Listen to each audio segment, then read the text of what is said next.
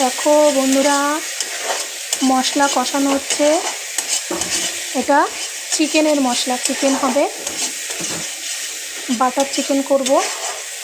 Butter দিয়ে একটু সাদা তেল দিয়ে পেঁয়াজ, রসুন, আদা বাটা, তারপরে জিরে একটু গুঁড়ো দিয়েছি, একটু লঙ্কা গুঁড়ো, টমেটো সব দিয়ে মশলাটা এখন কষানো হচ্ছে। আর এদিকে মাংসে আলু ভেজে রেখেছি।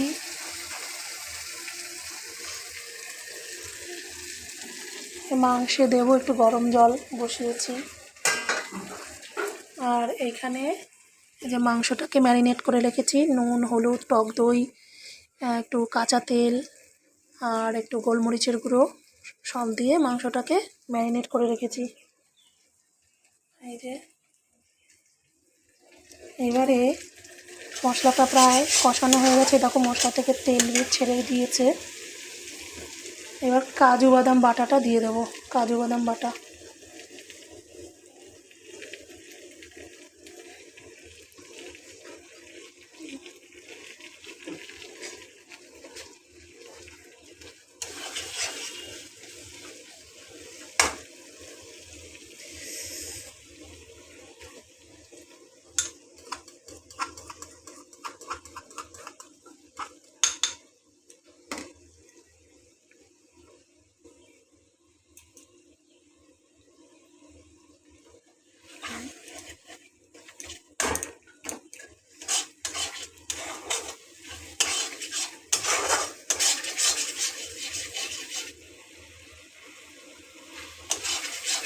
দিয়ে এবার ভালো করে কষিয়ে তারপরে ম্যারিনেট করে রাখা মাংসটাকে দিয়ে দিতে হবে।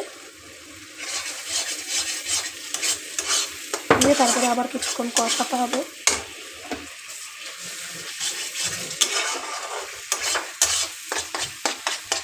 বাদাম দিয়ে আর বেশি কষতে নেই, তাহলে অতটা স্বাদ হয় না। দেখো মশলাটা প্রায় হয়ে গেছে কষানো। এবারে মাংসটাকে দিয়ে দেব।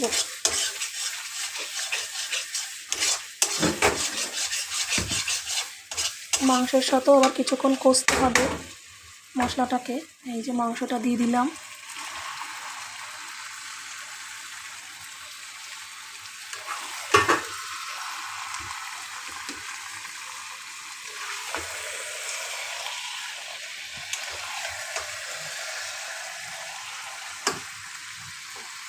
কড়াই ভরে গেছে পুরো, নাড়তে খুব অসুবিধে হচ্ছে। এখানে প্রায় 2 কেজির মতো মাংস, প্রায় নয় 2 কেজি মাংস। তো আজকে একটা স্পেশাল দিন, ছেলের জন্মদিন, তাই বলছে মা একটু বাটার চিকেন করো। সেই কারণে ওর জন্য এই স্পেশাল রেসিপিটা। দেখো বন্ধুরা, ফাইনাল লুকটা দেখাবো তোমাদের, দেখে বলবে কেমন হয়েছে। আমার ছেলে এই বাটার চিকেনটা খেতে খুব ভালোবাসে। বাটার চিকেনে যদিও আলু দেয় না, কিন্তু ও আবার বলে একটু আলু দেবে মা, ওর আবার একটু আলু পছন্দ, মাংসের আলুটাও খেতে খুব ভালোবাসে।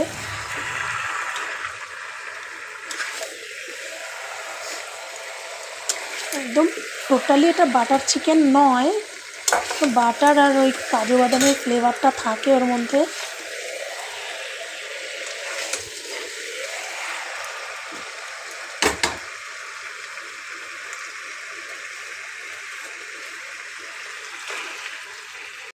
দেখো এর মধ্যে একটু কাসুরি মেথি আর একটু কারি পাতা উপর থেকে দিয়ে দিলাম কষানোর সময়। দিয়ে এবার মাংসের সাথে মশলাটা ভালো করে কষবো। এই দেখো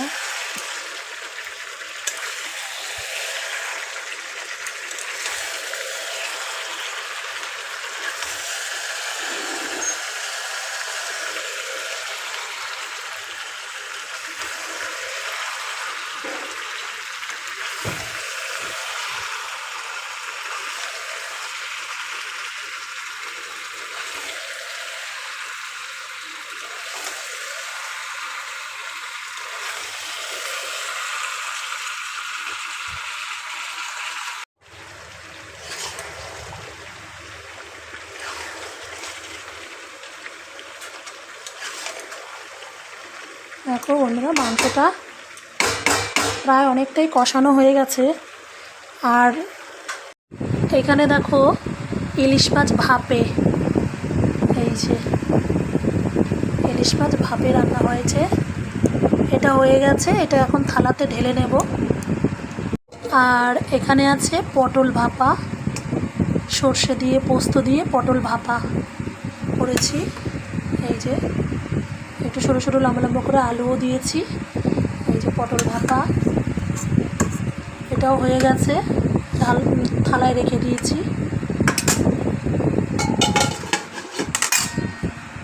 এখানে পায়েস হয়েছে, এই দেখো।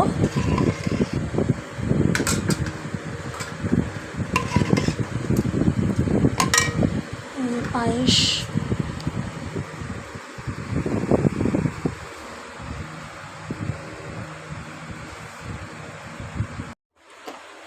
ওইদিকে দেখো এই যে মাংসটা রান্না হলেই রান্না আমার কমপ্লিট হয়ে যাবে। এই যে কষানোটা প্রায় অনেকটাই হয়ে এসেছে, আর একটু ভালো করে কষাতে হবে, পুরো জলটা শুকিয়ে যাওয়া পর্যন্ত কষিয়ে নিতে হবে।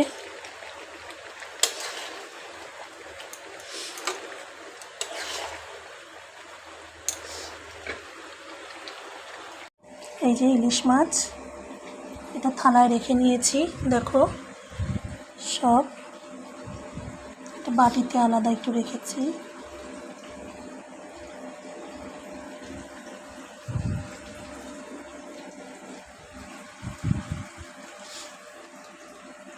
আর এদিকে দেখো মাংসটা এতই জল বেরিয়েছে, মাংসের জলেই মাংসটা সেদ্ধ হয়ে গেছে প্রায়।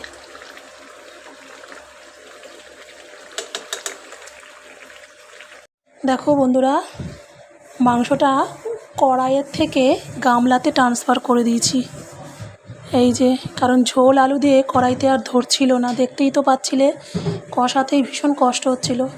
তো নাও, এই দেখো গামলাতে ট্রান্সফার করে দিয়েছি। এবারে মাংসটা সেদ্ধ হলেই রান্না কমপ্লিট। আর এইদিকে ভাত বসিয়ে দিয়েছি, ভাত হচ্ছে।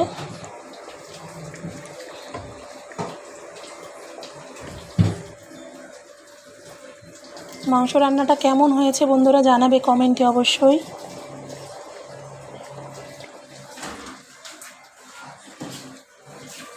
আমার মাংস সব বাটিতে বাটিতে ভাগ করে রাখা হয়ে গেছে, এই যে দেখে নাও।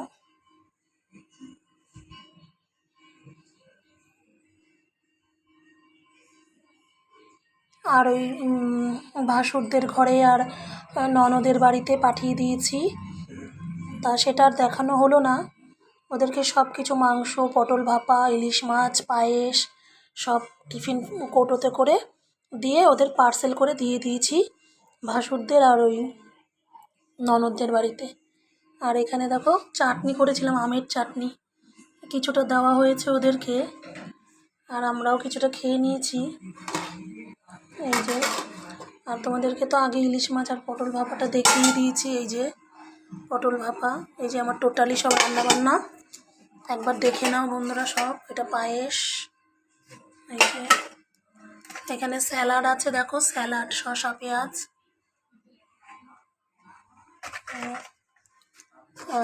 এখানে এই যে ইলিশ মাছ, এখানে দেখো ভাত। তো এই হচ্ছে আমার টোটালি সব রান্নাবান্না, সাধারণ মেনু। কেমন হয়েছে সবাই জানিও, আর তোমরাও কে কী করেছো জানিও। শুভ দুপুর, রাখছি, চলো টাটা, সবাই ভালো থেকো।